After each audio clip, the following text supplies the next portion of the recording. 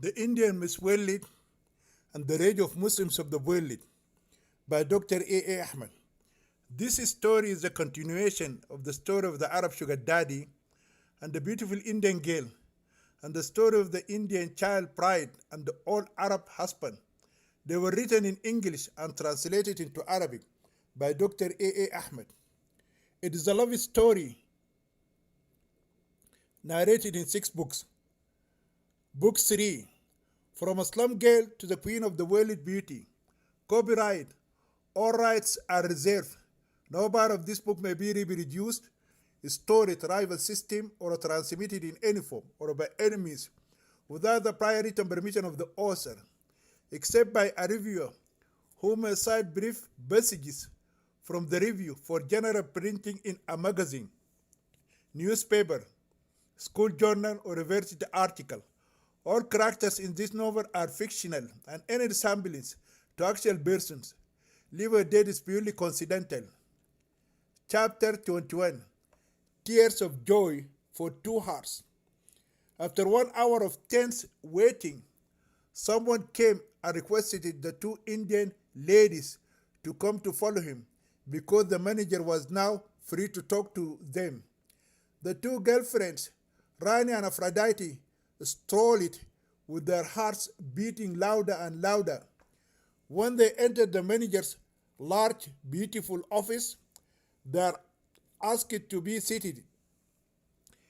It is the same person who escorted them in and requested them to sit down. The manager is an Arab and is speaking in Arabic, still engrossed in a conversation on the phone when they sat in their seats. He concluded his conversation in 5 minutes, turned to face the two Indian women and said in English, "What can I do for you, nice ladies?" Rani had already told Aphrodite that when they reached the bank, she should speak for herself, and she taught her what to say and how to say it. Despite that, the frightened girl remained silent, and that irritated Rani. "Well, is there any problem?" asked the bank manager when he realized that the two Indian women were worried and neither of them was willing to speak. The question of the manager forced Rani to open up her mouth and speak on behalf of Aphrodite. "There is no problem, sir. This is my girlfriend, Iffat Khan. She lives with me in my house. She wants to inquire about her account in your bank." "What is her account number?" "She lost her bank book and she doesn't remember exactly what her account number is." "Well, I don't like to be rude or mean in any way, but according to our bank policy and for privacy purposes, I would like Iffat Khan to talk to me herself concerning her account with us.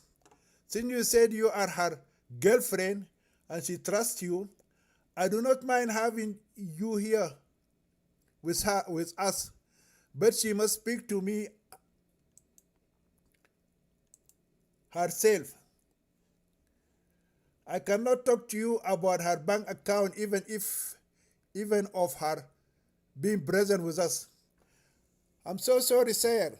Iffat is a bit shy girl, but after hearing from you, she can speak for herself now." "It is okay. Now tell me, Iffat, when did you open an account with us, and what kind of account are you holding?" "It is my husband's account." "Well, in that case, I'm sorry. I cannot talk to you about your husband's account with us unless he comes with you and permit us to discuss his account with you." "No, sir. My girlfriend Iffat has not understood your question. Her English is not that good. It is her account. If she has a problem with English, I can call my Hindi interpreter and talk to her through him. I came here last year many times and I talked to you in Hindi. You had someone who was telling you what I was saying in Hindi. At that time, My Saudi husband was alive and was in Mumbai Orsa Road jail. Rani felt a bit relieved when Iffat finally began to speak for herself and make intelligible sentences. The bank manager did not recognize Iffat Khan because when she came to him in the past, she was covered from head to toe in a black demeaning burqa. However, this day, she is dressed up in tight jeans and sleeveless top that exposes half of her sexy breast and large backside. Her marvelous beauty and sexy body captivated his heart, and she made a permanent, lingering impression on him.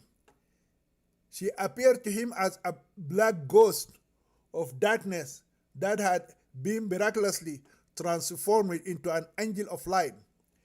The moment she said to him, at that time, my Saudi husband was alive and was in jail, the manager began to connect the dots. What is the name of your Saudi husband? Sheikh Faiz bin Ahmed. Iffat Khan could forget anything in her life except the name of the evil old man who had kept her under his domination and captivity for over 10 years.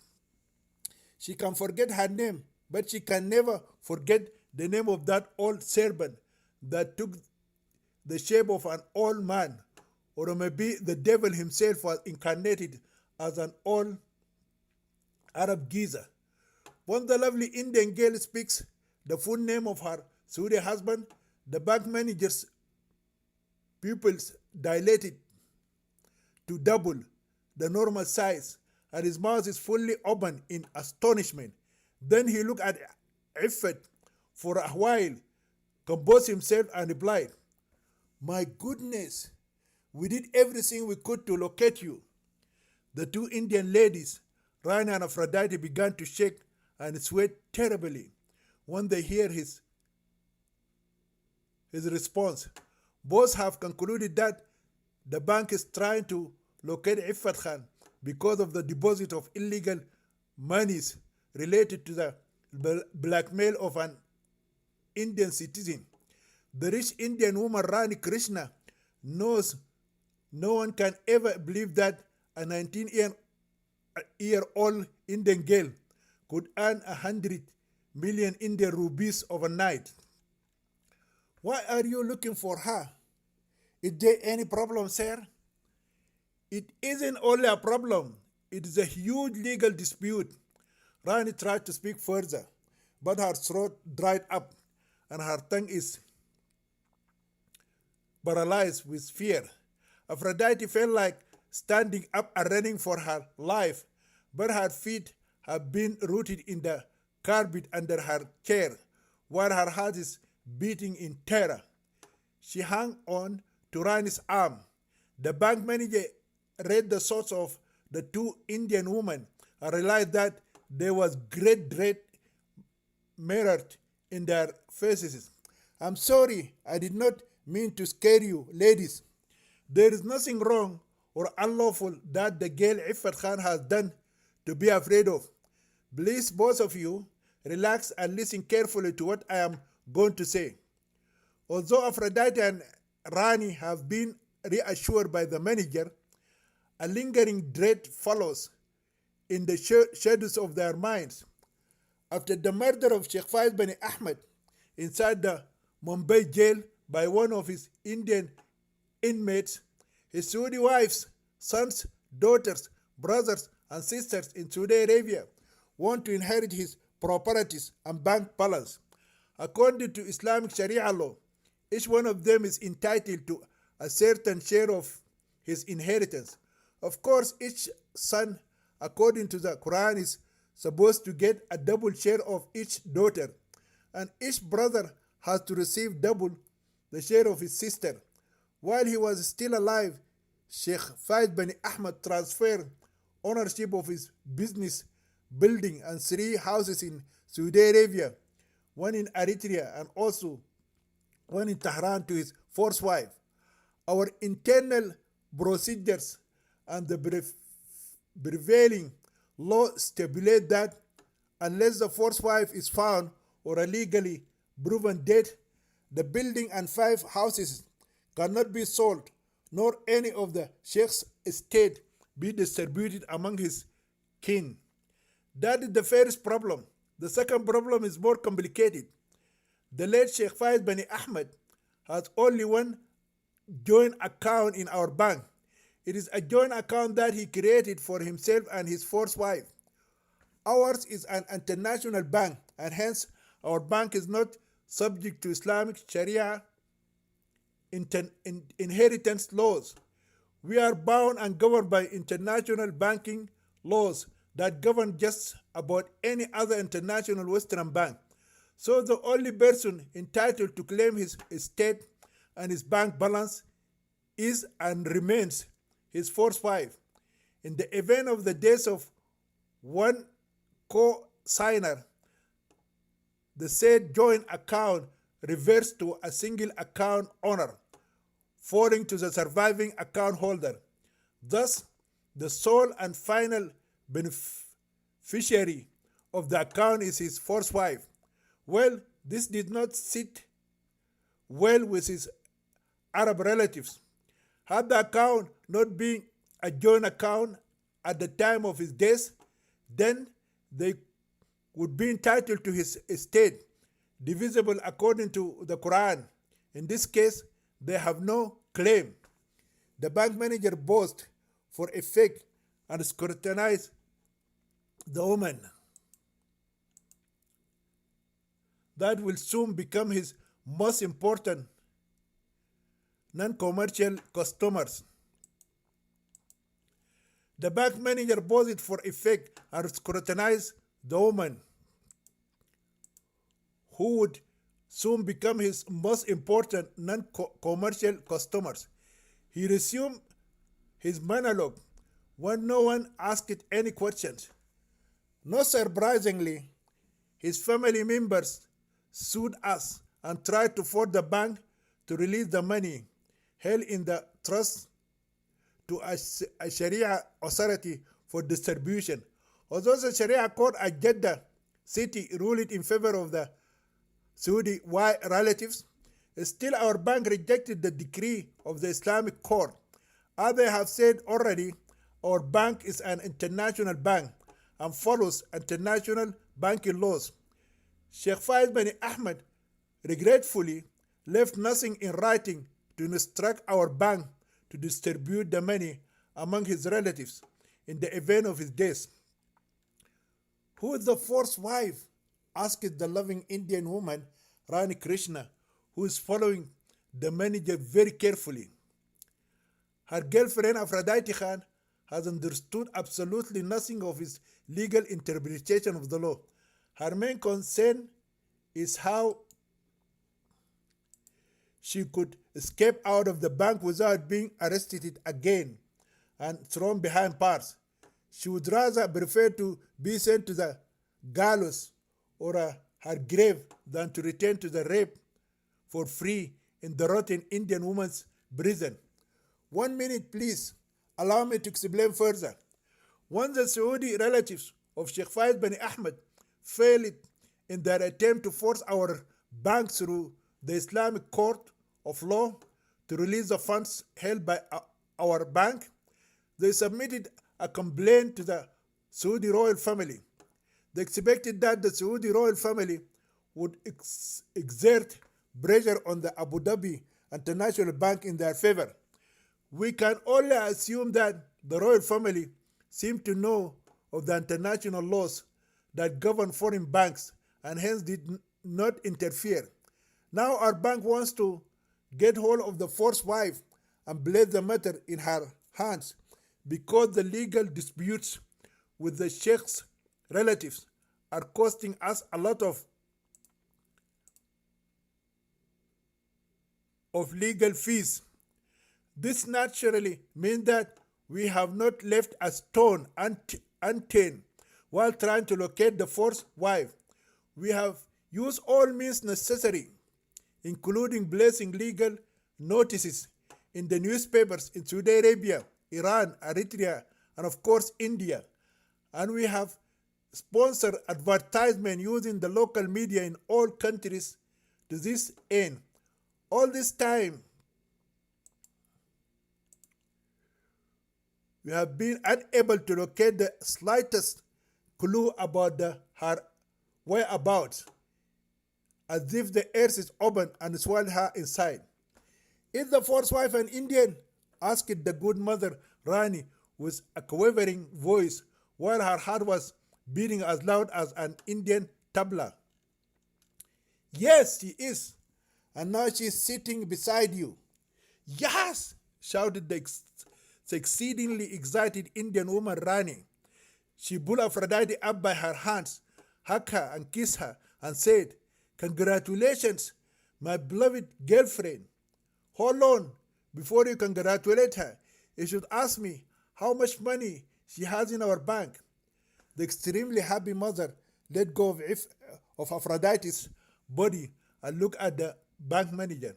Before he said anything, the manager entered the name of Iffat Khan in his computer, and then he whistled loudly and said excitingly, Iffat Khan, you are the richest woman in India. You have two accounts with us.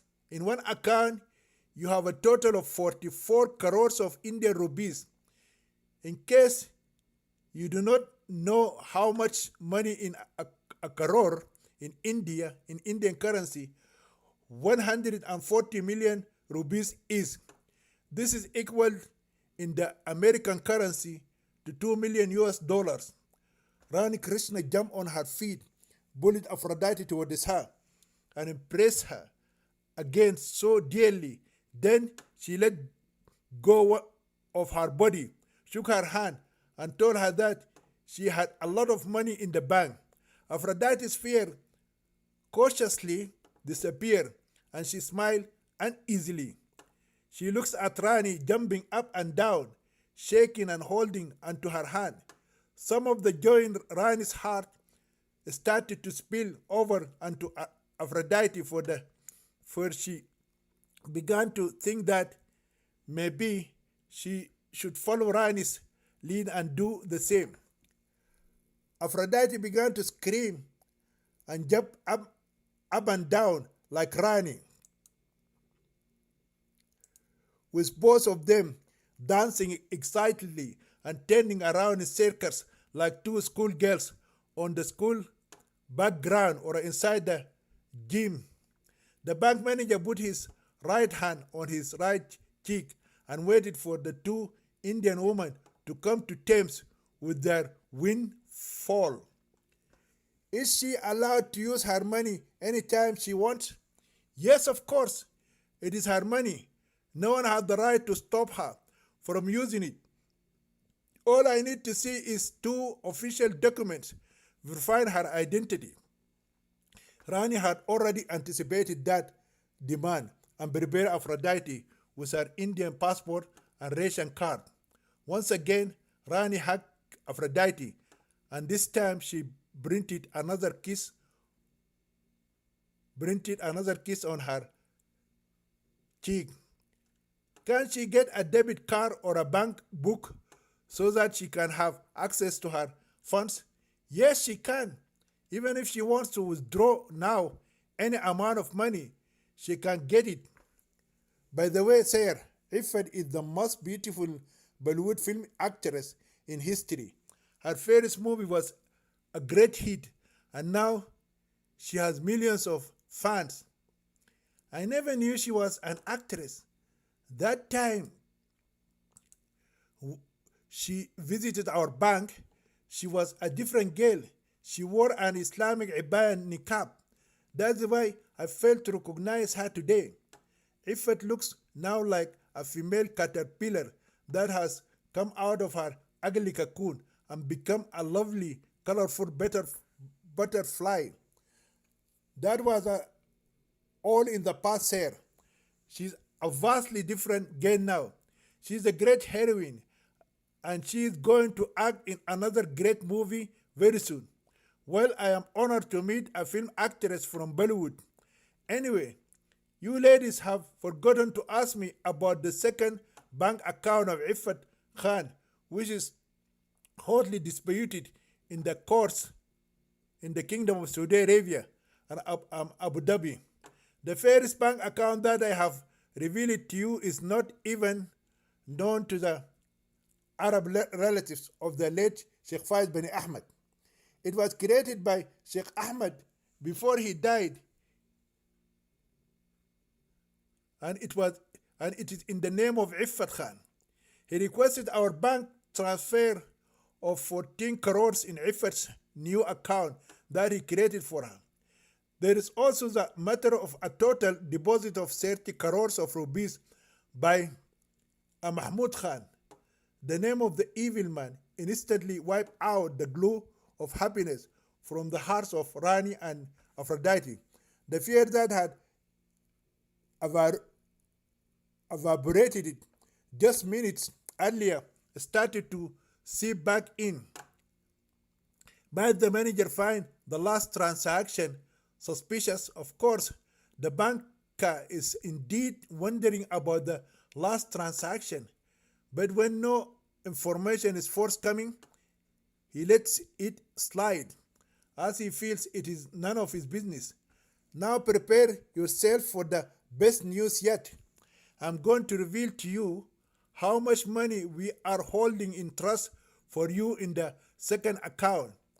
That is the account that used to be a joint account and has since reverted to a single owner account upon the death of her late Saudi husband.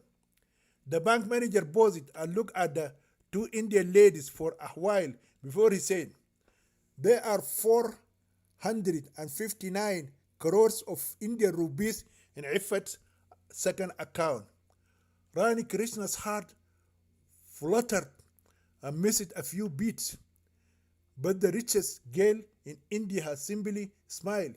She does not react because she does not know what a crore is. She took all her cues from Rani. If Rani is happy, then she knows she should be happy. So she kept looking at Rani to see if she acted the same way she did when the amount of the first account was revealed, to get an idea of how she should respond to her second divine revelation, which God has used an Arab man as his angel to reveal his heavenly manna to her. This time, Rani has not hugged her. She neither shook her hand nor kissed her cheek. There is no theatrics, jumping around, or dancing. Instead, Rani has begun to weep. Aphrodite is crushed and tries to console her, saying, "Please do not cry, Rani. You are the only person I have in this world. I am not going to leave you because I have found out that I have a lot of money in the bank." Rani turned to Iffat and hugged her as tightly as she could. She wanted it to enter into her precious heart and live there forever. Then she said to her, "I'm not afraid that you are going to leave me because of the huge amount of money. When I found you in jail and took you into my house, you had no money. And if you still do not have any money, I will continue to remain your best friend and give you shelter and protection. However, I'm weeping for the terrible abuses you went through at the hand of those who have since died and left this wealth in your possession. It is the God in the heavens I have to acknowledge. He is the one that had punished them and took their money and worldly possession and gave it to you. They wielded their money like deadly weapons and used it to manipulate everything and everyone around them. Now, look at what their money had done for them. One of them, his greed and lust, led him to jail, where he got murdered like a big butcher in a slaughterhouse. The other one could not face his accusers and public scandal and shot himself in the head and died alone as a stray dog. The Arab Bank manager has not understood much of the conversation since the two happy girlfriends, Iffat and Rani, have just reverted to speaking in Hindi. He is watching them with great interest. He had never seen anyone so stir up emotionally in his bank than the two Indian ladies sitting before him. After she finished talking to Aphrodite, Rani used her handkerchief and wiped her tears. Then she said proudly to the manager, "Sir, you have brought glad tidings to the heart of a girl who has not known happiness for many years. No man has ever been abused more in the entire valley than this poor young girl. For that reason, I'm going to throw the biggest party Mumbai has ever seen, and I'm inviting everyone known in Bombay. The first person I will be inviting is you. Please give me your card so I can call on you." "Thanks, ma'am, but I have done nothing to deserve praise or invitation. I've done my duty and nothing else. I know that, but if your sister and niece are happy and have invited you for food in their house, would you refuse to come?" "Of course not. What makes my sister and her daughter happy makes me happy too. Here's my business card, and I am honored that you see fit to invite me to your house for the party." That day, the abused girl Aphrodite Khan entered the Abu Dhabi International Bank penniless and came out with a bank balance of 503 crores of rupees, or 5 billion 30 million Indian rupees, which correspond to over 72 million US dollars, including equity in 5 houses and buildings in Saudi Arabia, Eritrea, and Iran. If her 5 houses in Saudi Arabia, Eritrea, and Iran, and her big building in Jeddah city are sold, her bank balance might reach over 150 million American dollars. Even the daughter of the richest Indian businessman, Mukesh Ambani, does not have 10% of what Aphrodite Khan has inherited from her 2 evil captors and rapists, Ahmed and Mahmoud. Her mother Rani was acquitted of the falsehood. Her mother Rani was acquitted of the false charge of marrying 3 men at the.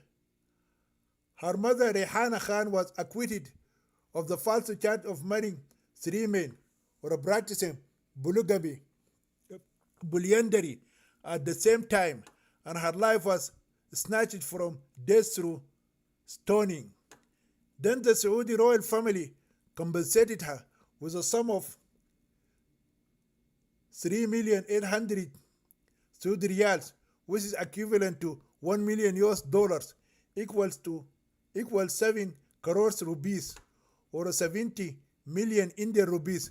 Today, her abused beloved daughter Iffat Khan is vindicated by God and receives 150 times more compensation than her loving mother, Rehana.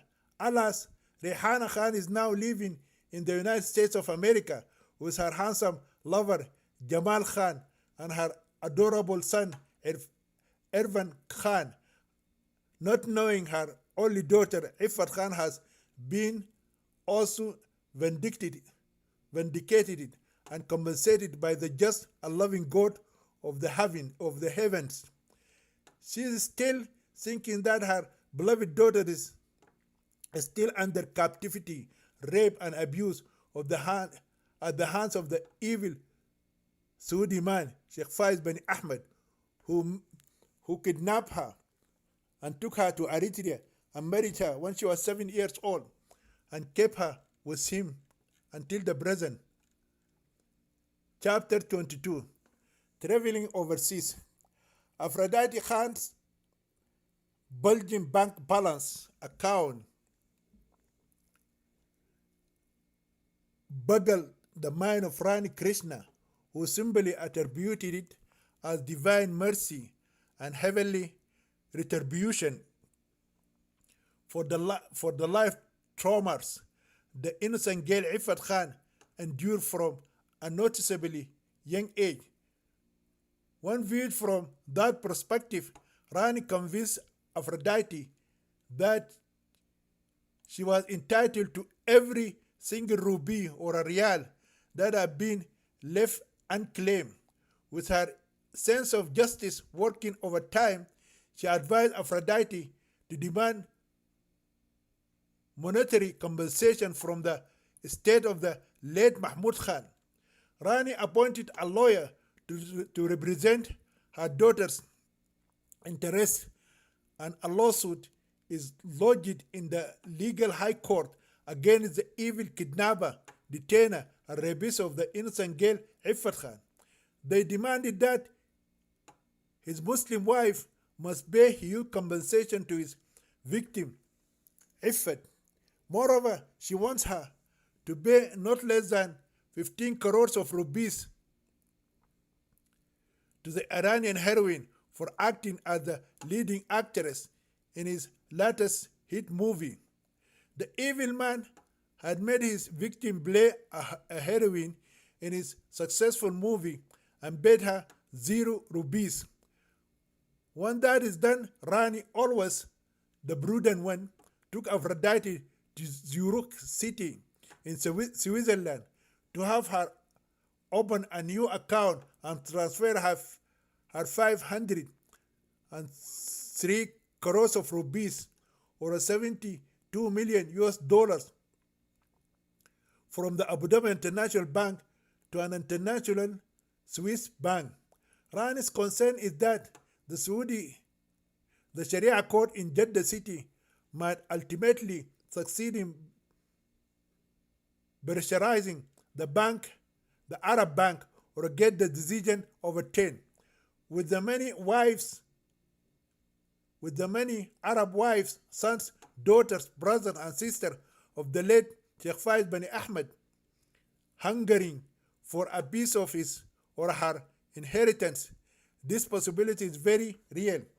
She learned from Aphrodite how one of the Saudi wives had evilly treated her mother, Rehana Khan, and made her work as a female slave in her huge house. Moreover, when she was brought back from Asmara city, none of the Saudi family members of the old man tried to intervene and save her from him at a time when she was merely 11 years old and pregnant with a child.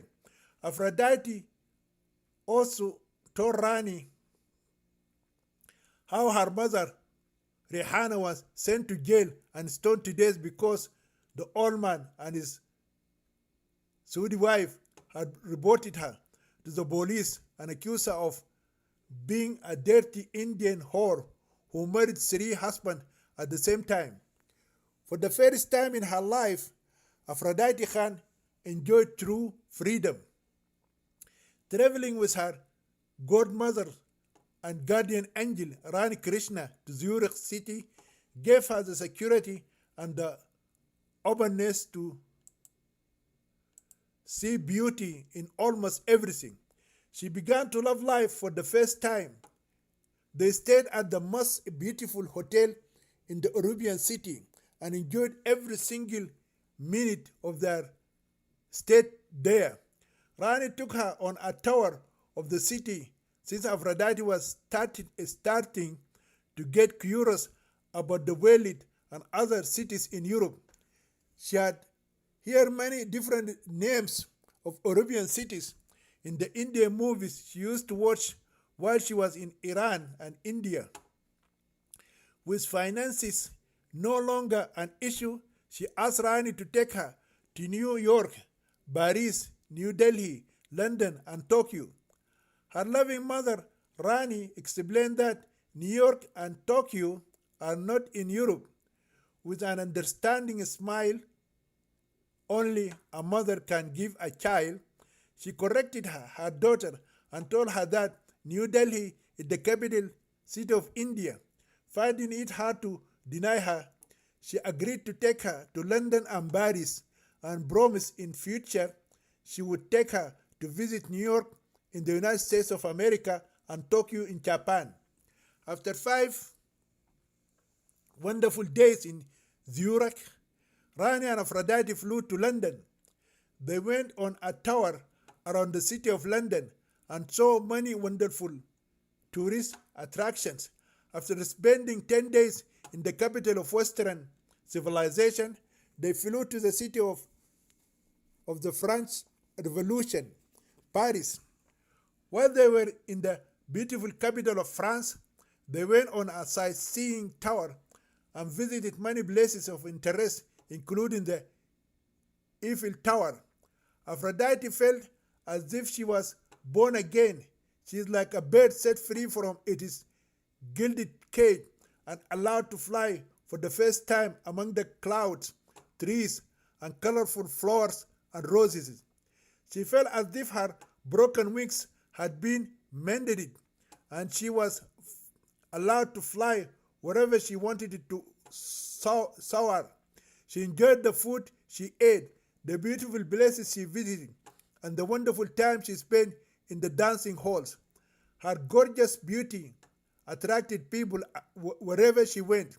She always became the center of attraction, center of attention.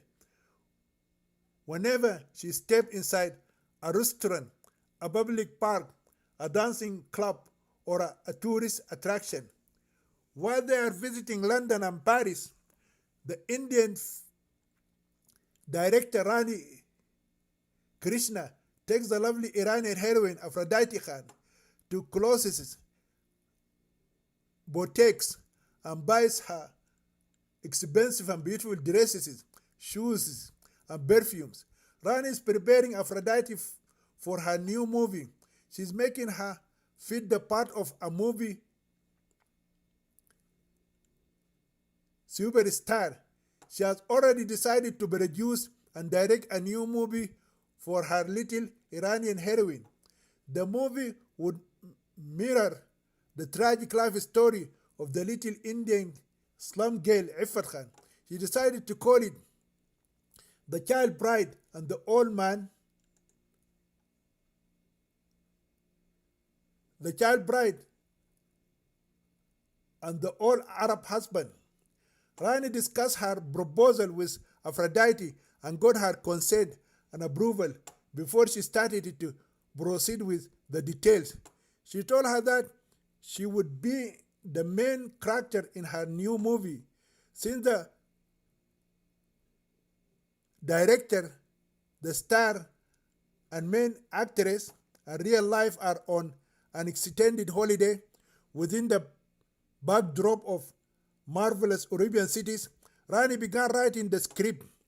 She made Aphrodite retell her life story from the time she flew with her mother Rehana Khan from Mumbai city until she returned to India with the Afghani terrorists. Every day, whenever they have free time, Rani asks Aphrodite to tell her part of her sad and heartbreaking story. For Rani, it is a period of intimacy, empathy, and discovery. For Aphrodite, it is a time of reflection and therapy to blossom and put it all behind. To stay as true to real life as possible, the Bollywood director Rani Krishna has intended to go to Eritrea and visit the house where the Saudi old geezer began abusing Iffat through tying of a female child when she was a child of 7. Through that sickening tying of female children and rape of a minor girl, as the Prophet Muhammad used to do to his child bride Aisha when she was 6. At first, the girl Aphrodite is not the least bit interested in going to that accursed house of terror in Eritrea. She told Rani that she just wanted to spend the rest of her life flying from city to city and country to country, enjoying herself. Rani knows Aphrodite has enough money to keep her soaring in the air and indulging herself in every kind of enjoying every moment for the rest of her life. Howbeit, she wisely convinced her that life is not all about unmitigated enjoyment and unrestrained pleasure. As human beings, we have duties towards our fellow human beings, males and females. We should use our personal bitter experiences to prevent others from falling victim to the same tragedies. She told her about the examples of altruistic souls who changed the world with their sacrifices. She narrated to her the famous life stories and teaching of the Greek philosopher Socrates, the Lord Jesus Christ, the Lord Buddha, the Hindu god Krishna, and the modern example of the father of the Indian nation, Mahatma Gandhi. Those great souls and many others had changed the world through their sacrifices. The Hindu godmother Rani Krishna also reasoned that exposing evil people and their deeds prevents those deeds from befalling other people. She reminded Aphrodite Khan of Mahmud Khan's reaction when he was confronted with his sheer evil deeds. Since he committed suicide, there would never be another young Indian girl for him to use as a sex victim. The public would be more aware of situations like this, and those who might be inclined to do the same would be deliver a strong message. Rani related to Aphrodite her personal experience. She reminded her that if she had not stepped in and helped her when she was abandoned by all, she might have ended up as a prostitute on the streets of Mumbai or Tehran, or killed herself, or got kidnapped, gang raped, and killed by some evil men in India, or some wicked Indian policeman. This last bit of logic touched Aphrodite, and she started to believe that people can help make things better for others if they only help each other. Everyone can do something to help. In her case, without her guardian and monitor, her sick teacher, Mr. Vijay Singh, Aphrodite is dead, sure that her life would have continued to be full of misery and suffering until today in the mansion of terror and abuse of Mahmud Khan. Moreover, if her Hindu godmother and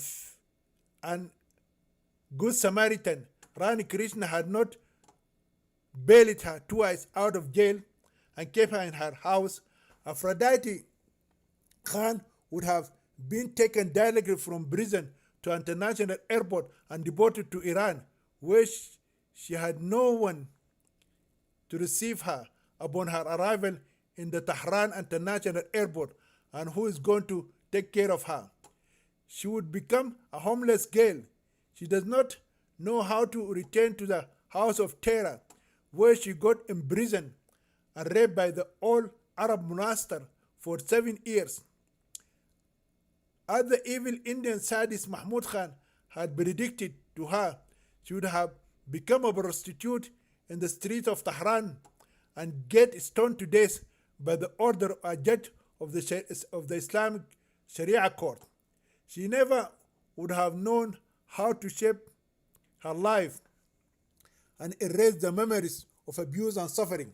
Rani's simple example touched her deeply, and she had a change of heart and mind which led her to believe to do whatever she could to expose evil and help fellow human beings, especially the female children and other abused Muslim women. Flashbacks of her miserable family conditions in the slum of Darabi only made her more determined to walk down a new path with her savior. She then told Rani that upon their return to India, she intended to build a big building to house all the poor children of Mumbai. She even gave the building a name, the Mahatma Gandhi Children's Shelter. Rani liked the idea, but in her heart, she knew that it would be next to impossible to accommodate all the millions of homeless and orphan children of Mumbai in one building, no matter how big it might be. Nevertheless, she braced Aphrodite and encouraged her to go ahead and continue thinking along those lines. From Paris, the two Indian girlfriends, Rani and Aphrodite, flew to the capital of Eritrea. When they arrived there, Rani was shocked when she saw the beauty of the African city. Before landing in Asmara, she used to think that Africa was a very backward place. Whenever she saw a documentary about an African country, she always saw people living in dirty huts and dressed up like savages. It made sense to her that many Africans still live in dirty houses made out of grass or broken, discarded boxes and bushes and trees like animals. Viewing the tall buildings and the beauty of Asmara city erased that perception. Yet her misconception is quite a common one in the countries of the Indian subcontinent. Many Indian professors, politicians, and others think that Africans live in the bush, in grass and mud houses. These misleading notions are often reinforced by the verbosity of the Western media, which publish an inordinate number of documentaries that highlight life outside the African cities. They purposely avoid showing beautiful African cities such as Nairobi in Kenya, Addis Ababa in Ethiopia, Khartoum in Sudan, Accra in Ghana, Luanda in Angola, Port Louis in Mauritius, Gaborone in Botswana, Kampala in Uganda, Zanzibar in Tanzania, Lagos in Nigeria, Freetown in Sierra Leone, Timbuktu in Mali, Abidjan in Ivory Coast or Cote d'Ivoire, Johannesburg and Cape Town in South Africa, among other cities. Surprisingly, sometimes those Western documentaries show beautiful tourist Arab cities such as Cairo and Alexandria in Egypt. In North Africa, Agadir and Casablanca in Morocco, Tunis and Carthage in Tunisia, Algiers and Constantine in Algeria, and Tripoli and Benghazi in Libya. But they consider them not to be African cities, even though they are in the African continent. Some of them do not count Ethiopia and South Africa as part of Africa. For them, the African people have to be backward savages and as black as coals, who are the descendants of the Africans who got stolen from Africa and shipped as slaves to the New World in the two Americans and their islands. It took Rani Aphrodite 1 week to locate the house where the small Indian Islam girl Iffat Khan got married to a 70-year-old Arab man when she was a child of 7, imprisoned in his mansion, and was raped by him for 3 years. It was through a real estate agency that they were able to find the first palace of terror. When they reached the place, they found an Arab man and a 9-year-old Eritrean girl living as husband and wife in the house. When they talked to them, the Arab man claimed to be the owner of the property. He said that he inherited the home from his deceased father, Sheikh Faiz Bani Ahmed. Further inquiry revealed that he is indeed one of the many sons of the late Saudi husband, Sheikh Faiz Satan Ahmed. Without arguing with him, the wise Indian woman Rani Krishna took Aphrodite Khan to the Asmara police and lodged and complained of trespass against the tenants. The police informed them that only the court could issue an order for the unlawful tenants to vacate the house. Under advisement from the real estate agency that had helped them locate the house, they sold the house and let the new owners handle the issue of its illegal occupants. The real estate agent charged a 25% commission for the sale of the house, which fetched it $250,000. Before leaving Eritrea, Rani made it a point to make many pictures of the house to base her movie set on. From Asmara, Rani Krishna and Aphrodite Khan flew directly to Tehran. This is another city that rattled Aphrodite, trusting Rani to keep her safe. They landed in Tehran, where she had spent 7 years being denied her childhood and freedom. Rani felt as if she had somehow landed in the 7th century. Females as young as 5 years old and above, and every woman else, are covered from head to foot in black Islamic clothes that make them appear like scary ghosts. Every woman is putting on a black burqa. It has surprised Rani at the degree of freedom allowed the men as compared to the women. Men are wearing whatever they like. Some men are wearing typical Iranian styled wear, while many more young men are clad in t-shirts and jeans or Western cut suits. Some sported long beards, while others were clean shaven. At the Tehran International Airport, the newly arrived Indian women Rani and Aphrodite, intending to blend in, purchased loose clothes and scarves. Once again, they were able to find the house through a real estate agency. The second palace of terror in Tehran is not occupied, and Iffat Khan got police permission to break open the lock of her house. When they entered, they found the house just as Iffat Khan and the Afghani terrorist guard had left it 2 years ago. Nothing is missing. Rani employed some Iranian woman to clean up the house and men to clean the grounds. After staying 3 days in a hotel, Rani Krishna requested Aphrodite to move with her to the beautiful, huge mansion.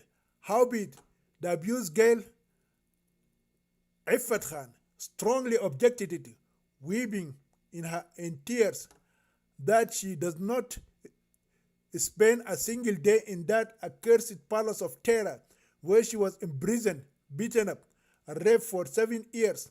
Rani understood and decided not to pressure her anymore, for it is a reminder of a very distressing time. Rani also told her not to sell the house, as they would need the place for the movie. Nonetheless, the Iranian heroine Aphrodite insisted on getting rid of that ghost house and suggested it further. Instead of selling that accursed mansion of terror, they should burn it down, and destroy it forever. But her godmother Rani disagreed with Iffat. Before they flew back to Mumbai, the film director Rani Krishna took hundreds of pictures of the beautiful, huge house from within and without. Then, through a real estate agency, the house has been sold for 5 million US dollars. After spending 2 weeks in Tehran, the two girlfriends, Rani and Aphrodite, flew back to India.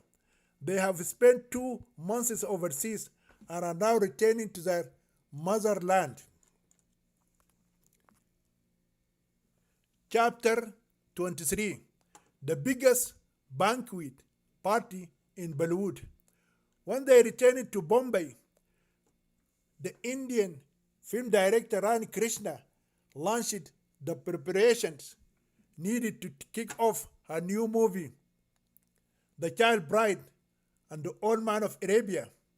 It is during this hectic time that Aphrodite Khan surprised her grandmother, Rani Krishna, by asking her to be her real mother. Rani explained that she is already like her mother, sister, and big girlfriend.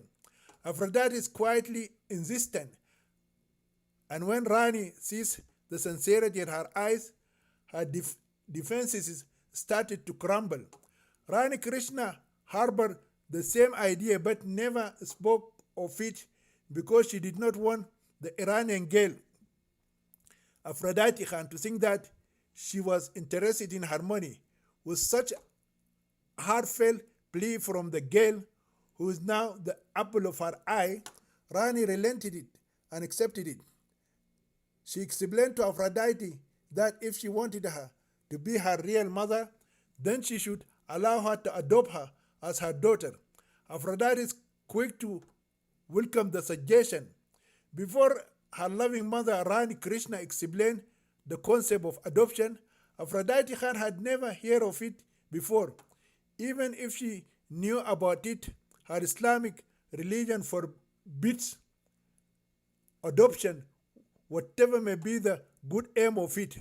Aphrodite is an irreligious girl and knows nothing about what halal and haram in Islam are. Shortly after their return from abroad, Rani Krishna adopted Aphrodite Khan as her real legal daughter. Then the adopted daughter decided to change her name officially from Iffat Khan to Aphrodite Khan. Rani does not like the idea of her changing her name because she is worried it might create some legal problems in the future concerning her inherited properties in Saudi Arabia. Aphrodite insisted on changing her name because her old name always reminded her of her bitter experience at the hands of her deceased Saudi husband. Aphrodite hid from Rani the real reason she wanted it to change her name. She hates her real name because it always reminds her of her Muslim mother, Rehana Khan. She abhorred her old name because from an early age she was made to believe that her biological mother had done something very bad, which led the Islamic court in Jeddah city to stone her to death. The old evil man had made her believe that her mother was a prostitute and had slept with 3 men in less than 20 days, and she also stole their money and ran away from them. Consequently, Aphrodite grew up with the belief that her Muslim mother, used to work as a prostitute in Jeddah city. She knew that it was her mother who took her from India to Saudi Arabia, where she fell victim to the hands of the ruthless and evil old man. Due to her assumed repulsive crimes, her biological mother went to jail and left her in the hands of the monstrous old man who raped her and tortured her for many years.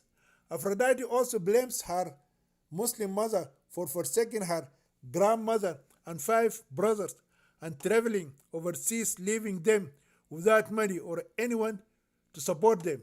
She still remembered that she used to live in a hut in a slum area in Mumbai called Dharavi with her mother, grandparents, and five brothers. She knows that she is the eldest in her family. She also remembered how her father, Mr. Khan, had killed himself.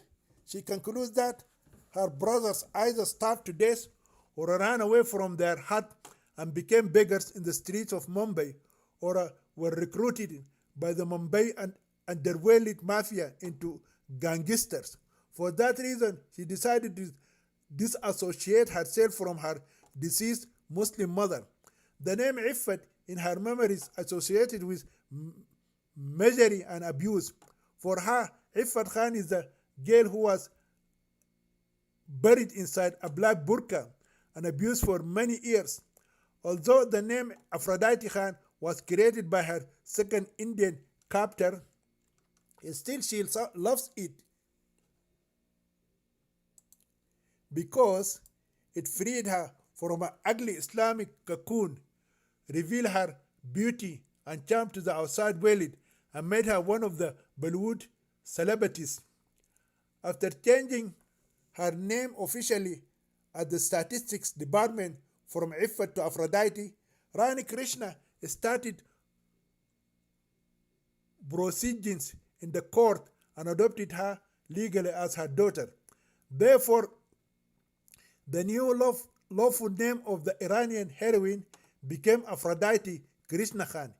It is the second strange configuration of a name in Bollywood after the late hero Samir Krishna Khan, who was her fairest lover and the son of her loving Hindu godmother Rani Krishna.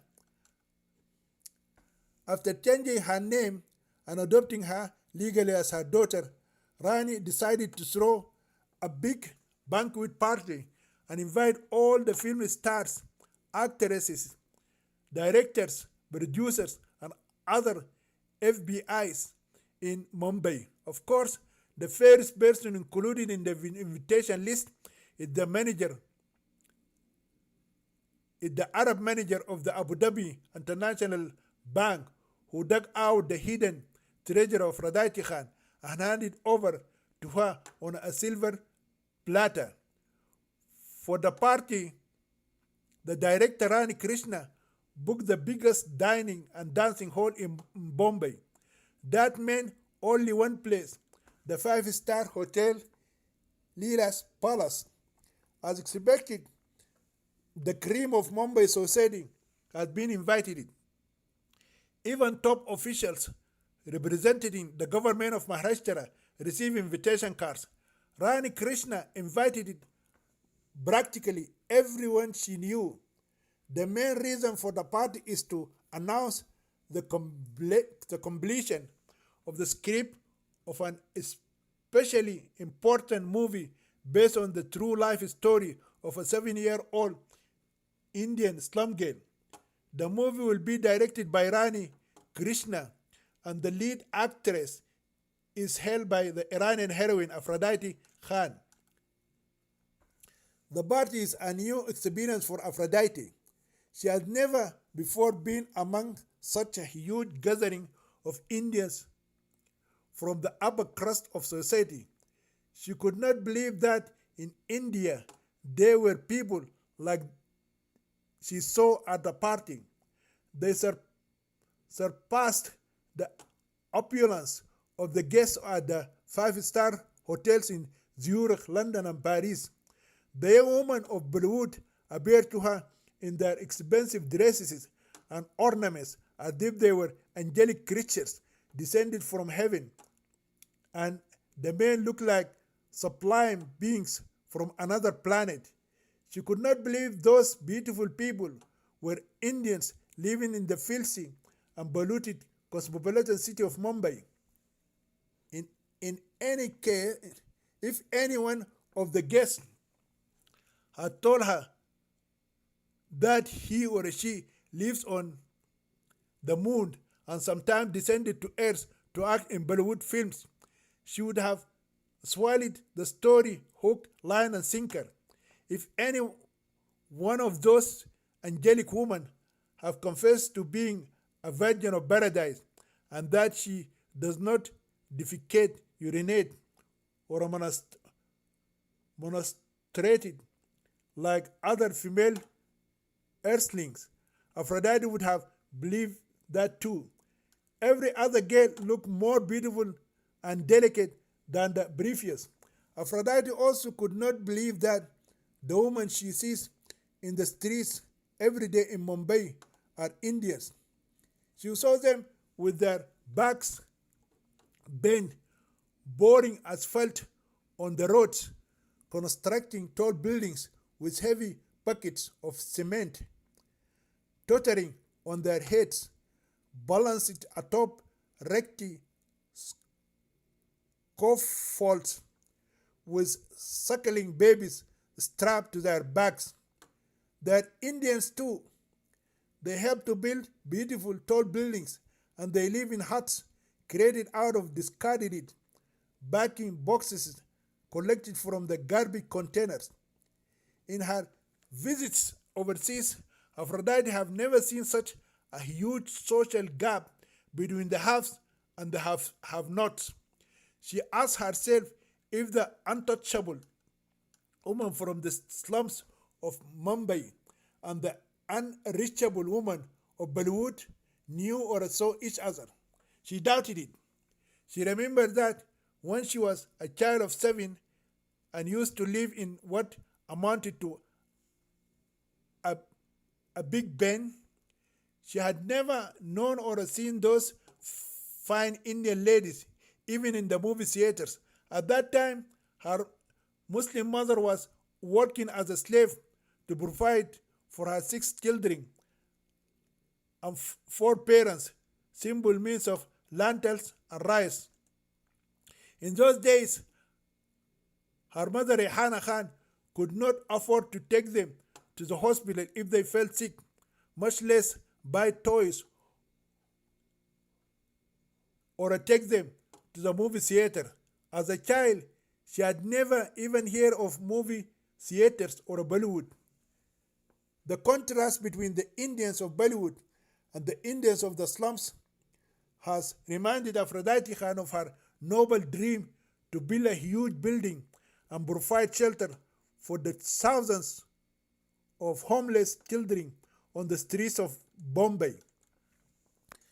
There are many extraordinary things noticed by Aphrodite during the great banquet apart from the apparent contrast in the two societies she connected with. She noticed that she is avoided it and ignored by many of the guests. Most of the guests like to talk to Rani Krishna, but not to her. Her Hindu mother told her that it was because she was new and not yet known among Bollywood circles. Albeit the rich woman Rani knows the reason but decided to keep it from Aphrodite. Firstly, Rani understood that most of the Bollywood people know that Aphrodite is a slum girl and hence treat her as an untouchable. Many of them believe that it is below their dignity to associate or talk to a girl who was born and brought up in a slum area. Secondly, Rani heard some gossip that Aphrodite is considered to be a bed prostitute or a tawaif who used her beauty to make money while she was in jail. Being a high-profile prostitute made some of them believe that her disgraceful acts in prison brought great shame and disrepute to the institution of Bollywood. The other reasons, one that even Rani failed to realize, is that most of the film actresses and superstars of Bollywood are simply envious of her daughter's unmatchable, remarkable beauty. That day, Aphrodite appeared in her expensive Arabian dress like an angelic being, shining like the sun and twinkling like the stars. The only one who breasts her beauty is the Arab manager of the Abu Dhabi International Bank, who discovered her mine of $72 million and handed it to her on a silver plate with gold trimmings. During the grand gala, none of the actors asked her for a dance, and she remained seated as if she was an unwanted guest at the party thrown in her favor in her honor. After the guests went through sumptuous banquet, her godmother Rani Krishna brought her newly adopted daughter Aphrodite Khan to center stage and officially announced her adoption. She also went on to say that she has finished the script of her upcoming movie and will begin shooting shortly. Rani capped her speech by announcing that the lovely Iranian heroine Aphrodite Khan is going to act out her own life story in the movie, which would be called The Child Bride and the Old Man of Arabia. Out of formality and courtesy, the guests clapped their hands after every announcement. However, in their minds, all of them conclude that the movie was going to be a big flop for many reasons. Firstly, the directors of Bollywood have long ago stopped making movies based on the miserable lives of Indians in the slums and chawls of Bombay and adopted for happier, more cheerful movies based on successful Indians or Indians who left India and immigrated to Western countries or a petrodollar Arab Gulf states and became rich, making great fortunes. Therefore, most of the recent movies of Bollywood were shot in the USA, Canada, Australia, or Arabian cities.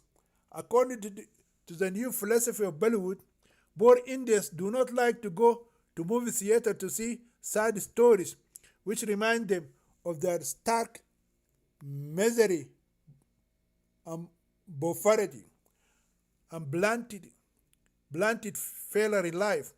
Indians love to watch movies as though it is their last meal, a fantasy-filled fairy tale full of beautiful people vanquishing the ugly and the wicked, concluding in happy endings is very fair, replete with musicals. Secondly, the muted applause of the party guests is because the Iranian heroine is thinking with shame from being a dirty Bollywood tawaif or a prostitute in jail, making her a very unlikely candidate for a leading role. Sadly, the Indian youth do not like a heroine, whatever her beauty, who had been used as a wife and a prostitute by many men from childhood. Indian people like their heroines of Bollywood to be virgins and unmarried. Many Indian heroines lost half of their young fans as soon as they got married. Aphrodite Khan was married when she was 7 years old and remained under the control of sexual predators until very recently. Fourth, Rani Krishna is known for several unpopular and unsuccessful movies. She did not pay her actors well, and she could not attract the right kind of talent required for a bona fide Indian blockbuster. Fifth, no financier worth his salt is going to risk his money financing a movie directed by a second-rate movie director like Rani. None of the guests of the party, except the Arab manager of Abu Dhabi International Bank, know that Aphrodite has inherited over $150 million American dollars from her late Saudi husband. Taking all those factors into consideration, the Bollywood guests conclude that the movie of the small Indian director Rani Krishna and her outcast heroine Aphrodite Khan is going to go belly up and flop, and it is projected revenue might not even cover the cost of its production.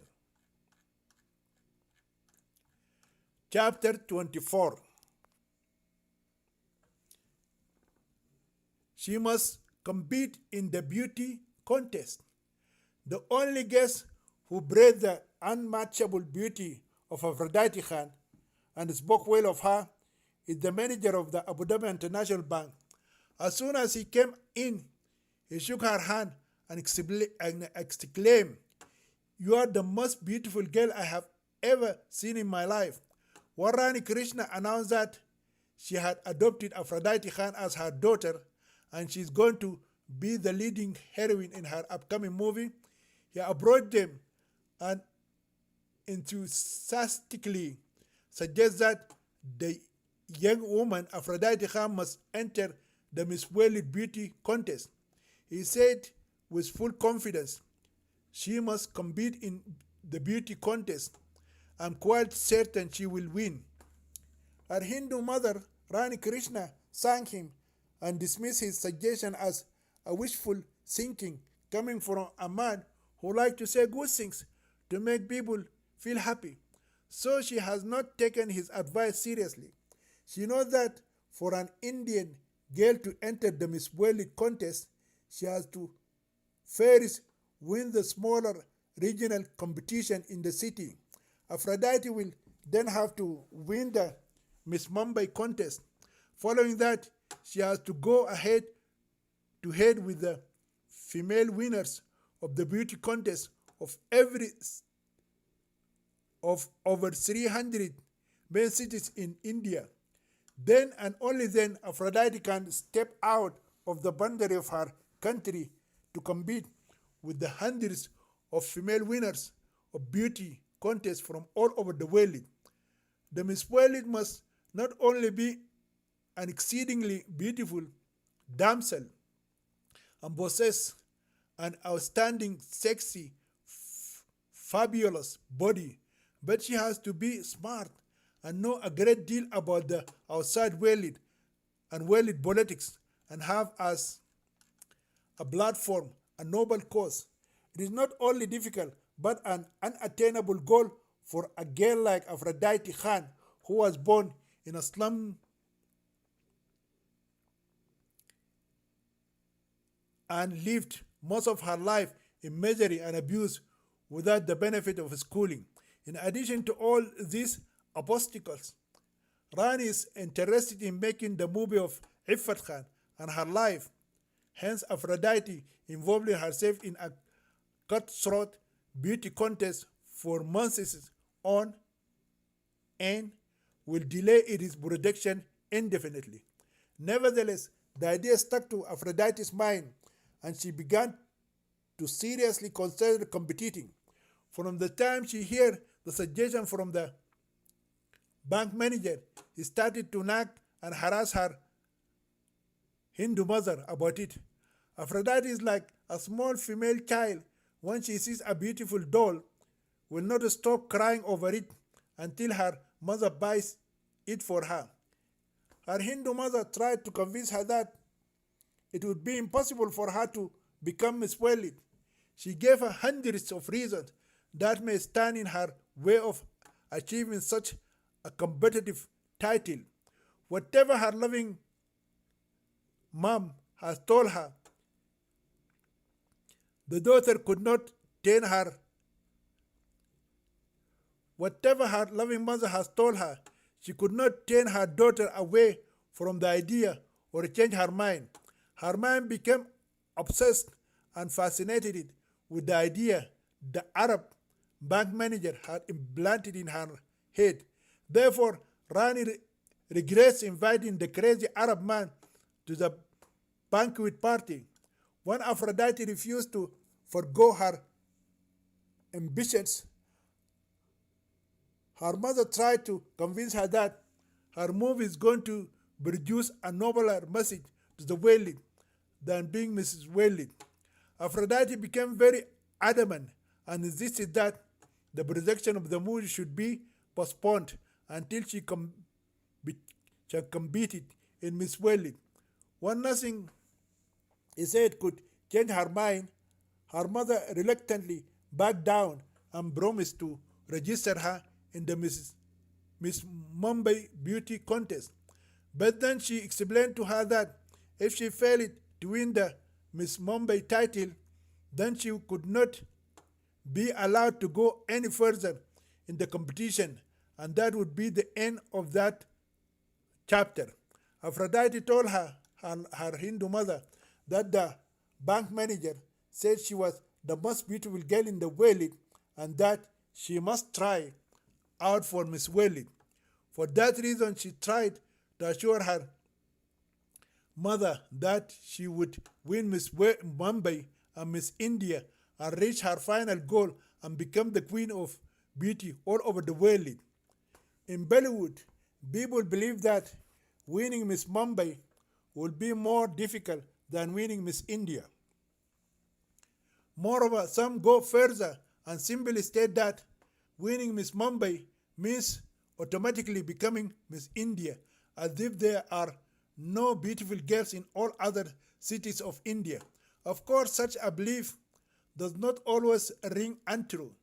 It is grounded in the pride and arrogance of Bollywood film stars and producers who somehow think that Mumbai is not a part of India but a separate entity and a city of the Western world.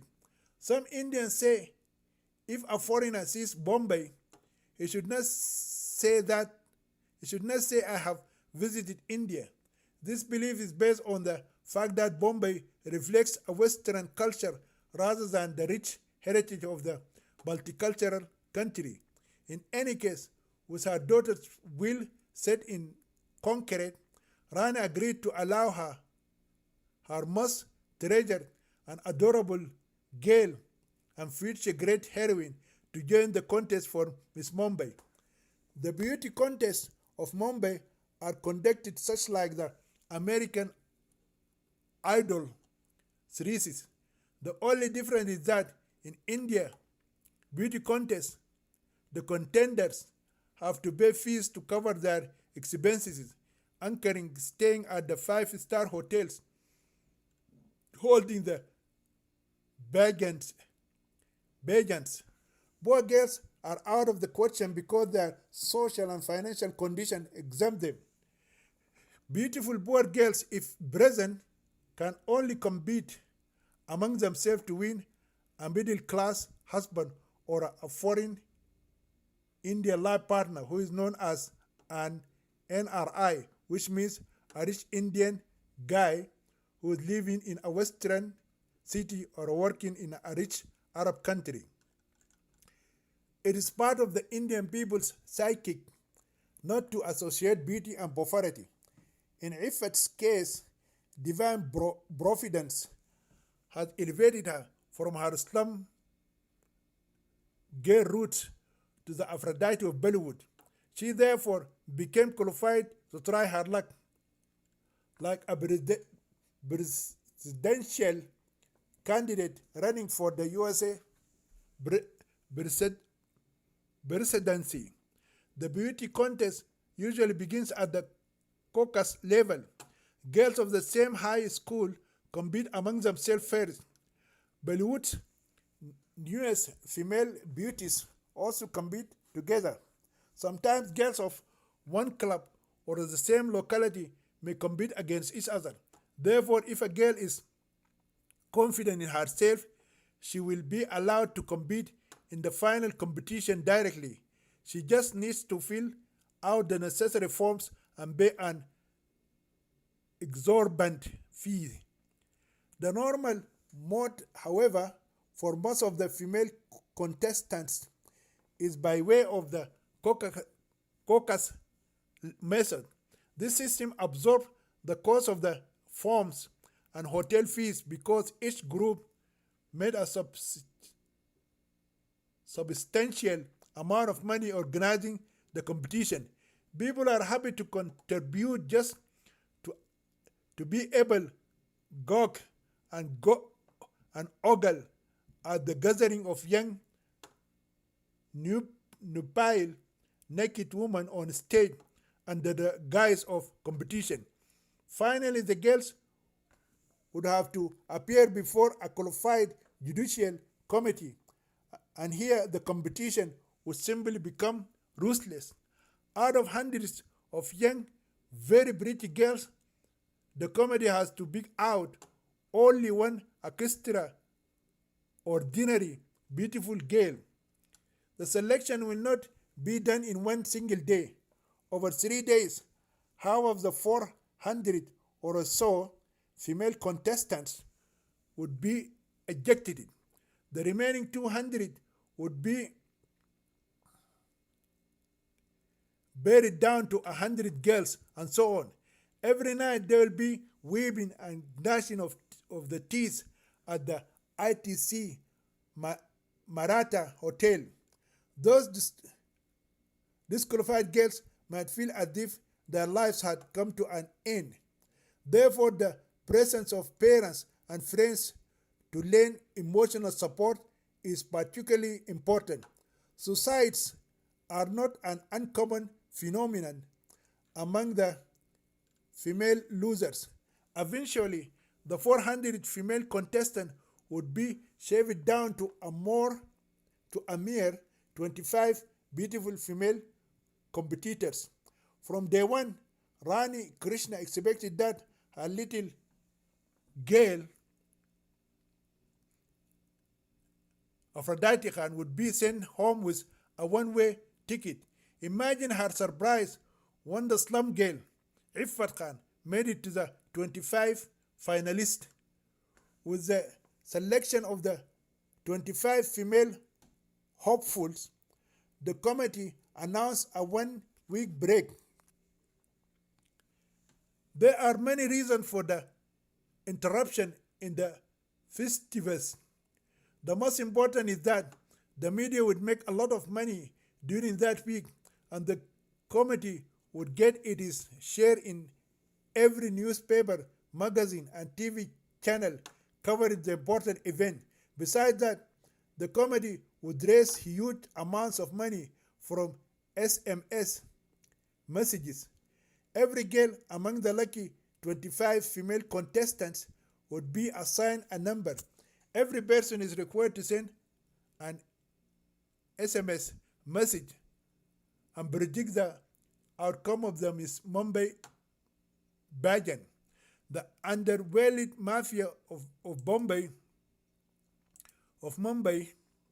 who is called Gundas, runs illegal gambling groups, and the winner gets at least 5 crores of rupees or 50 million Indian rupees. Each gambler has to pay 1,000 rupees. Sometimes, if the group reaches 10 million gamblers, then the winner may get 5 crores. 1,000 multiplied by 10 million equal 10 billion Indian rupees. The Gundas give the winner 50 million rupees and keep for themselves 9 billion and 950 million Indian rupees. For an Indian girl to even able to enter the Miss Mumbai contest is a considerable honor. With those beauty contest credentials, she can enter Bollywood or become a model and make a lot of money. What is more, a girl can get a genuinely nice bridegroom because once upon a time she was a Mrs. Mumbai participant, or she could get a visa to go abroad on the same grounds. In some cases, the girl might utilize her participation in Miss Mumbai in an unscrupulous way. It happened that once an Indian girl was caught in a 5-star hotel room with a wealthy Arab man. The Arab guy had paid her 5 million rupees for spending one night with him because she competed as Miss Bombay. There was a time when the city was called Bombay. The highest paid beautiful Indian prostitute or a Nepalese sexy hooker in Kulaba or a Faris Road might not get more than 15,000 rupees, which is equivalent to a little over $200 for sleeping with a rich Arab guy in his hotel room. During the 1 week break, the hottest topic in the media is the slum girl among the 25 finalists. She is a record of sorts because it has never happened before, nor is likely to ever happen again. It is conceivable that a slum girl has dared to come out of her dog hut and challenge the high castes and rich girls of Mumbai and even defy the beautiful girls of Bollywood. Mrs. Mumbai is always won by a girl of the higher caste societies. A slum girl winning Mrs. Mumbai would be like the moment Barack Hussein Obama was announced as the first black US president. Some journalists and critics said that if the slummier types tried their hand at the title of Miss Mumbai, they should be accorded more honor than Barack Hussein Obama, who was portrayed as a black American. According to them, he is half white through his American mother and half black due to his Kenyan father, and also half Christian and half Muslim. That rare combination probably helped Barack Hussein Obama win the presidential election in the USA. The Mumbai slum girl Iffat Khan, on the other hand, is a 100% slum dweller, born to slum parents from the same religious background of Islam. This casing observation might be lost to our Western readers, but in Iffat's case, her Muslim parents belong to the untouchable or a low caste of Muslim Arzals who are forbidden to enter a mosque or study the Holy Quran. By the way, according to Dr. Ambedkar, the father of the Indian Constitution, Muslims in India have a caste system which is worse than that of the Hindus. They have divided themselves into ashrafs, which means nobles, who claim to be direct descendant of the Prophet Muhammad, adlafs, which means uncivilized or uncultured, and arzals, low caste or untouchables. Accordingly, if the slum girl Iffat Khan won the beauty contest, she would make 3 records. 1. The fairest slum girl to be crowned Miss Mumbai. 2. The fairest Muslim girl to win the contest in Mumbai. And 3. The fairest low caste Muslim girl to get that honorable title. The former Muslim girl who became Miss Asia, Dinat Aman, came in at the number 3 in the Miss Mumbai beauty pageant. So far, no Muslim girl has ever won Mrs. Mumbai or Miss India.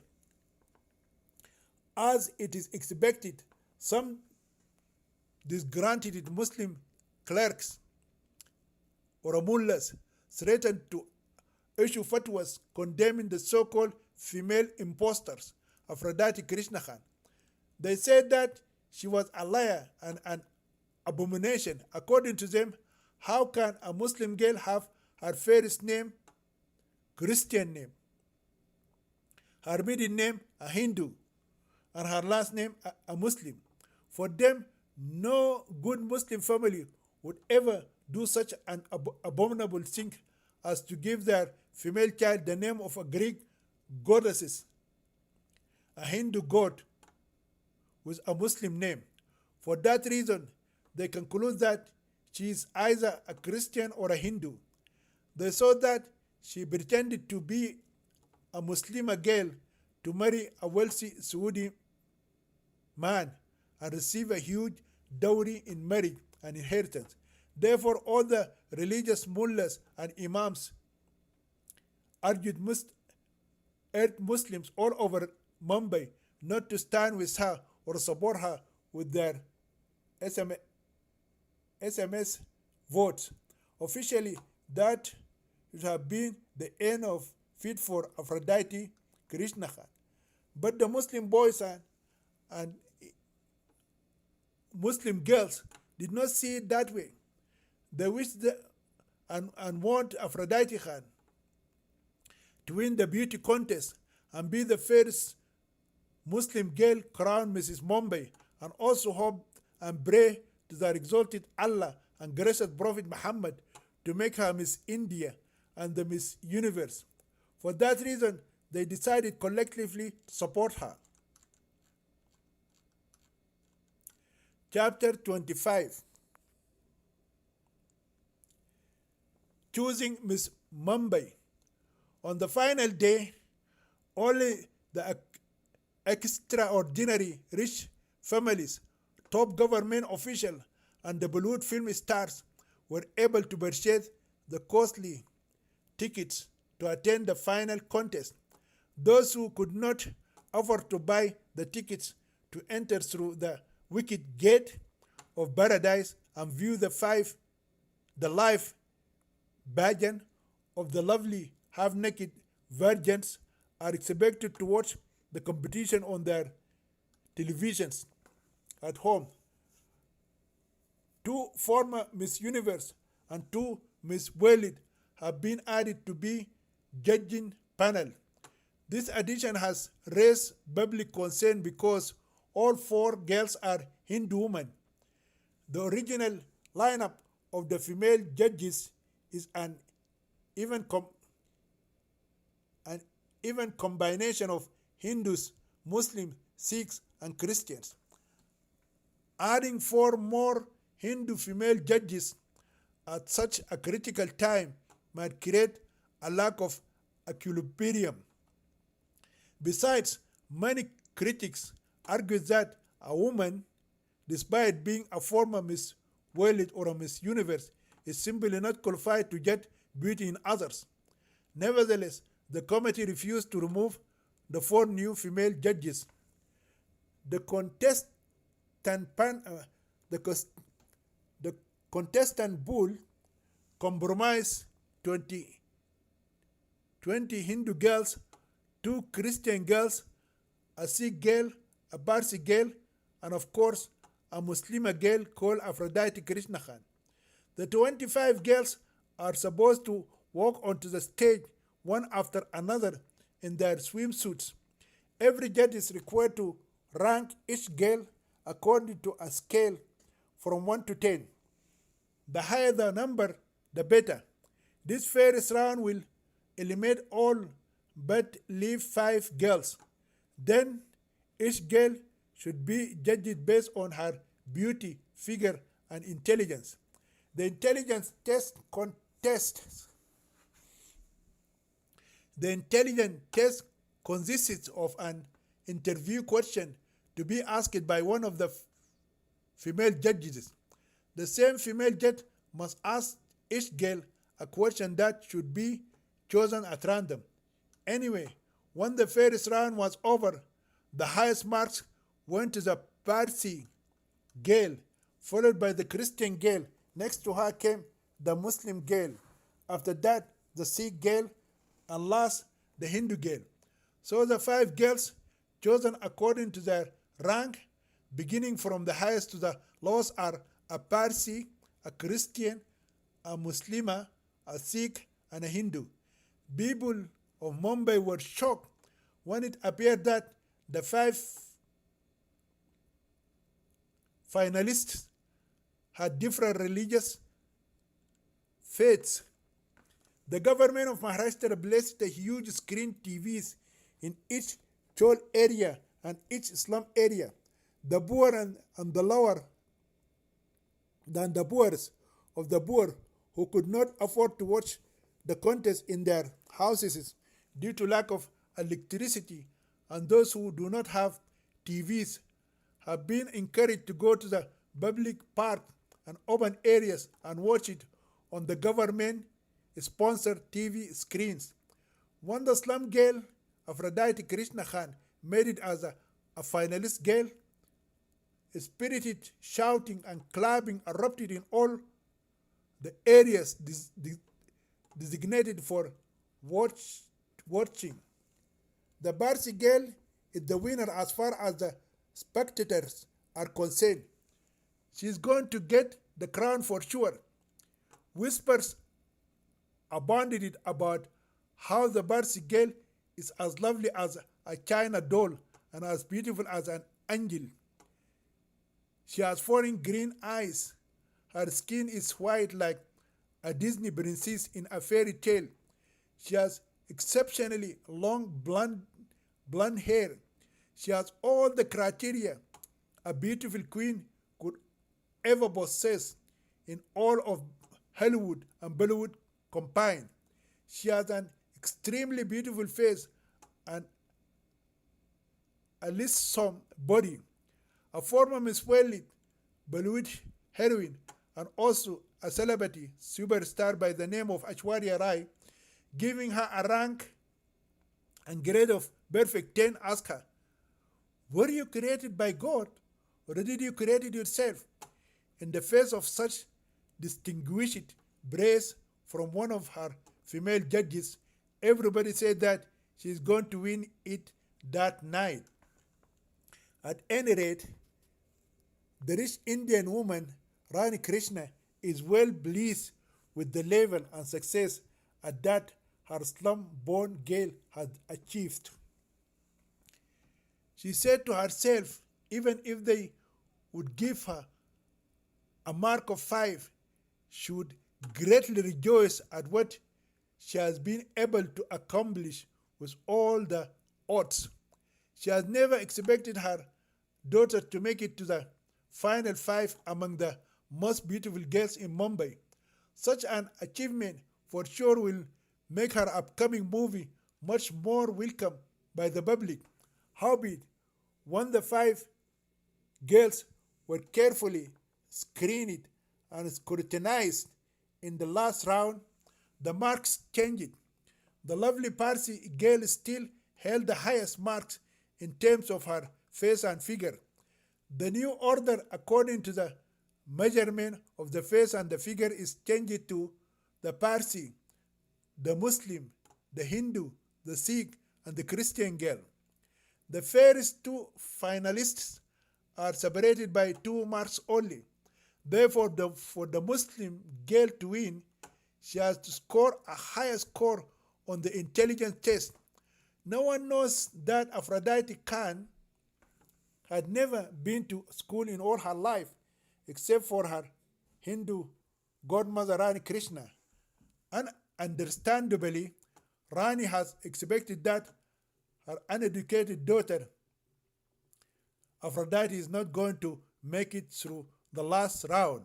Oh, but to have come this far, how she shouted it and jumped when the former results have been announced.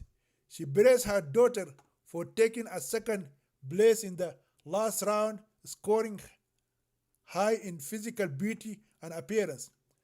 The poor and the poorest of the poor, from the chol houses, the slum huts, and the railway shacks, have already celebrated the victory of the once upon a time, like them, a slum girl. They decided not to bother about the question and answer session testing intelligence because none of them understood what it was all about. The interview is moderated and scored by a group of 3 female judges. Each female judge would rate the answer given on a scale from 1 to 5. Then the cumulated marks out of a possible 15 will then be added to the marks scored in the previous rounds. The total would then determine the next and latest Miss Mumbai. The 5 girls have been allowed to come and listen to the questions and the answers. The first girl randomly chosen is the Christian girl. Her question has also been randomly chosen. It has to do with modern Indian history. She gave her answer, and in the last round, 3 female judges jotted down her name and her marks. The next name is the Parsi girl. She's asked what she would do to make a difference in the world if she became Miss World. She said that she would strive hard to stop people from killing each other and ask all the governments of other countries to eliminate all the terrorist groups of the world. The 3 final round female judges entered their marks. The third girl is the Sikh girl. She has been asked a question about world geography. She gave her answer too. The fourth girl happened to be the Hindu damsel. She's asked what she would do if she became Miss World to improve the status of women in the world. She said that she would call for equal treatment and equal opportunity for females all over the world. The last girl, who does not need to be picked at random, is the Muslima girl, Aphrodite Krishna Khan. The only question left would be hers. The female judge asked her, "What would you do for the poor children living in the streets and the slums of Mumbai if you happen to be Miss World?" The judges, audience, and everyone else have become exceedingly shocked and also mad at the same time. Many people felt that the judging committee had deliberately insulted the slum girl by reminding her of her past miserable life. Oddly, the slum girl does not look a bit the least insulted. She looked excited and happy to hear her particular question. She faced her judge with her head and chest held high. "I have already started to build the biggest building in Mumbai, and I am going to accommodate in it as many poor children of the slum areas as possible and from the streets of Mumbai. I am going to feed and educate them too.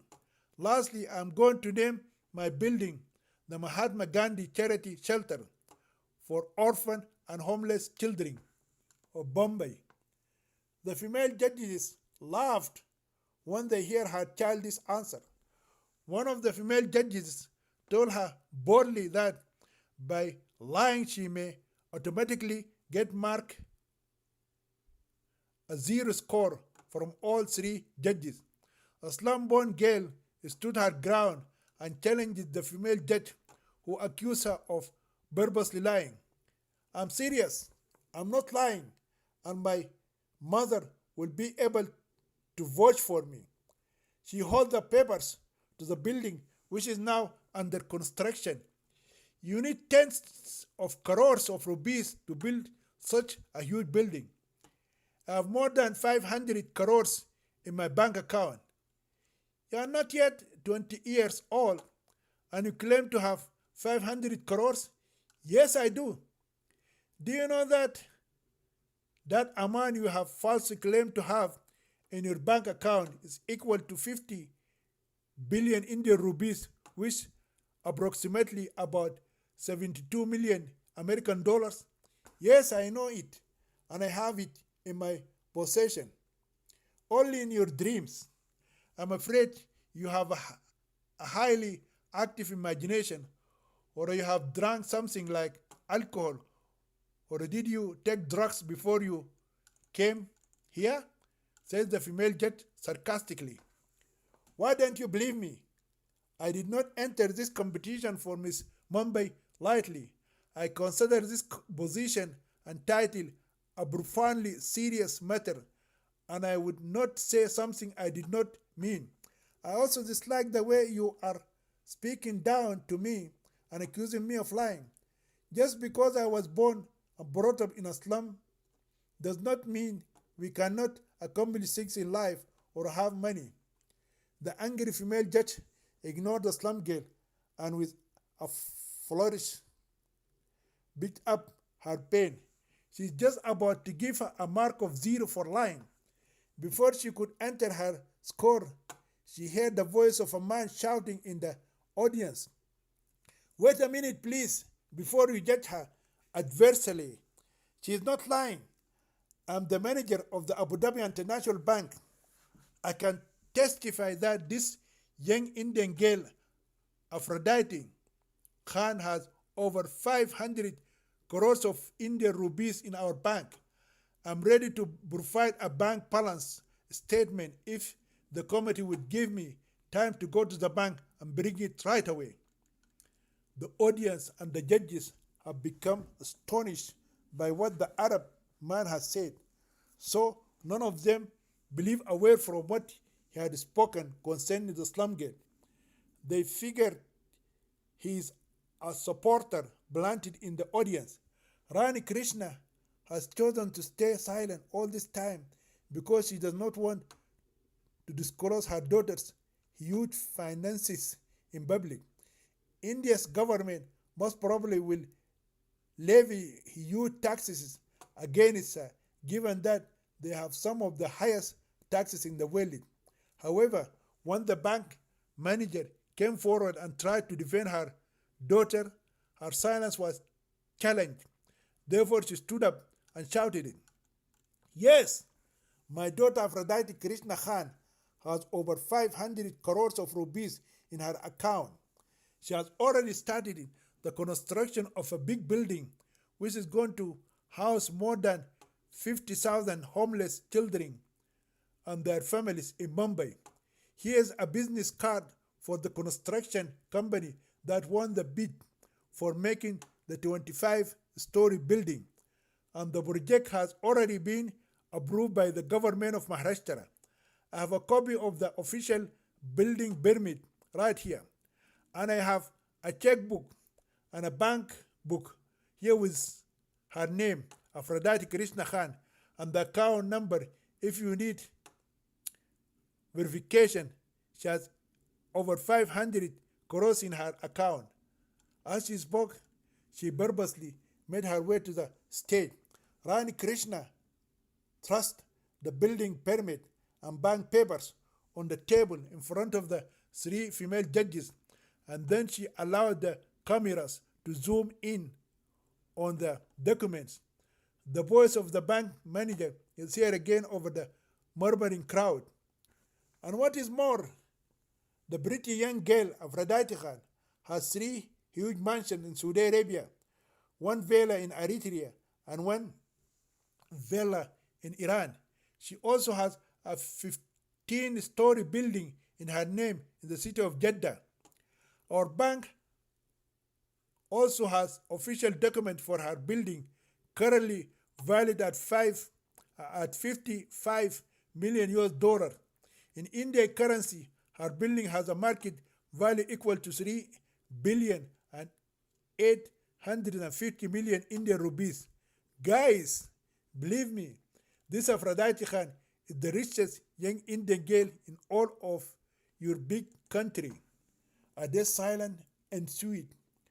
One could hear the drop of a pin when the bank manager spoke those last words.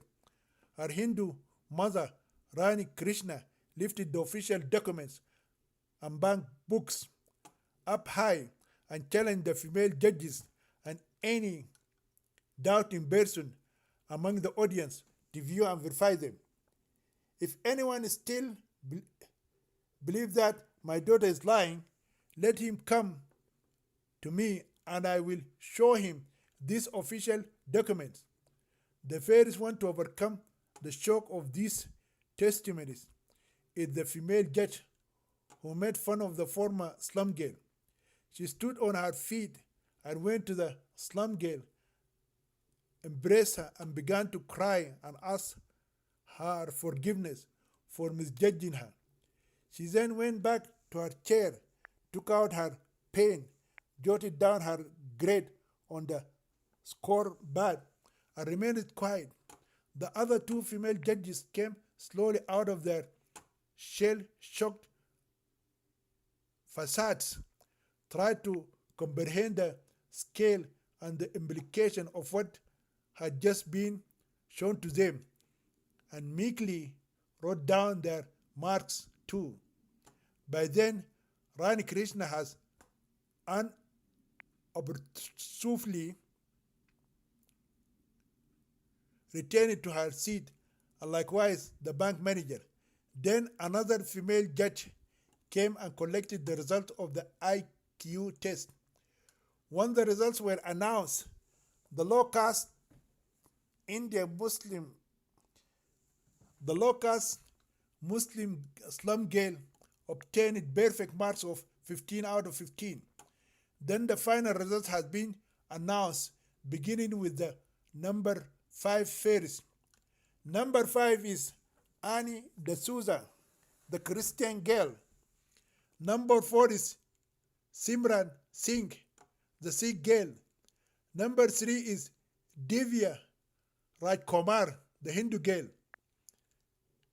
The female announcer paused and stared for some time at the lovely Parsi girl who was born and brought up in the upland area of Bandstand, Bandara, and then she looked at the slum girl who was born in the slum of Dharabi in Mumbai. This is her moment, and as with all master of ceremonies, she is going for maximum effect. The hearts of both girls began to beat fast. The audience held their breaths. The poor and the poorest of the poor stood on their feet. Everyone knows that the time is now or never. Whether the history of India is going to change that day or it would never. If the slum girl has become the number one beautiful girl and fairest of all, the city of Mumbai and the entire Indian nation is going to change. The female master of ceremonies turned to the two remaining lovely female contestants. You two girls are unbelievably beautiful young ladies. It is doubly hard for the female judges to pick up a female winner. It is possible. If it is possible, we will have crowned you both Miss Mumbai this evening. Alas, that is not to be, and tonight it is my honor to present the fairest runner-up, the lovely girl, Mrs. Farhanaz Blanji, the Parsi girl. She does not have to say anything more. At the stage and around India, the crowd erupted in chaotic applause. In the slum huts and chole houses, the poor, the lower of the poor, and the destitute threw themselves and hugged each other and began to cry, laugh, murmur, and bubble uncontrollably. The female winner of Mrs. Mumbai tonight is the beautiful girl Aphrodite Krishna Khan, shouted the female announcer to no one in particular. No one bothered to hear the obvious result, and the only voice in the roar of the cheering crowd is when last year's incumbent Mrs. Mumbai historically places the crown on the head of the very fairest Muslim girl to win Mrs. Mumbai. On that historical night, the most beautiful girl in the pageant, Aphrodite Krishna Khan, made 4 records. She is the fairest slum girl to be crowned Mrs. Mumbai, a Maharashtra state. She is the fairest slum girl to win the beauty contest and the fairest low-caste Muslim girl to win the honorable title. Finally, she is the fairest 19-year-old Indian girl with a bank balance of over 500 crores of rupees, plus many mansions and a 15-floor-story building overseas in her possession. Even the daughter of the richest Indian man, Mukesh Ambani, did not have a bank balance of over 72 million American dollars when she was 19 years old. However, the big question that is in the mind of everyone is, how did the slum girl amass such unbelievable huge wealth? Rani Krishna stressed upon her daughter Iffat Khan not to reveal to anyone the sources of her great fortune. She reminded her that 30 crores of her fortune is blackmail money. She also worried that the Indian government might conspire with the Saudi government and confiscate the money that she had inherited. Besides that, Rani told her daughter Iffat the Mumbai police might accuse her of arranging the murder of her Saudi husband in prison. She is unable to argue with her mother's logic. Mrs. Mumbai agrees to keep quiet. They both rehearse the scenario with responses along the lines of, "It is a private and confidential matter, and I will not discuss personal issues with anyone." Even without her confirmation, the media guessed that she had inherited the king's ransom from her late Saudi husband. Of the four groundbreaking records that Aphrodite Krishna Khan amassed that night, the media people had a field day reporting on her wealth and humanitarian project for the Board of Mumbai. They reported on the construction of her building, the benefit of new housing for poor residents and their children, and the kitchens that will allow them access to free meals. Given her background, the media is touched to hear that she is also going to provide for their education. According to her project plans, the school is to be housed inside the building being constructed. The plans call for canteens serving nutritious food, laundry facilities, clothes distribution facilities, and a small clinic and hospital, among other benefits. She plans to call every child in her charity building her child. She's even prepared to adopt him legally and adopt him or her legally and give him or her last name to any child who does not have a family surname or does not have a family and is homeless. Her adopted daughters will be accommodated on separate floors, room from her adopted boys. No child will receive any money. Rani convinced Aphrodite that if she gave money to her children, the Mumbai gangs of Gundas would rob it from them. To avoid this kind of abuse and misuse of her money, she will not give cash to any child. She will provide her children with free accommodations, food, clothing, medical treatment, and education. The plans already called for a small private hospital in her building and for a small army of doctors and nurses to run it.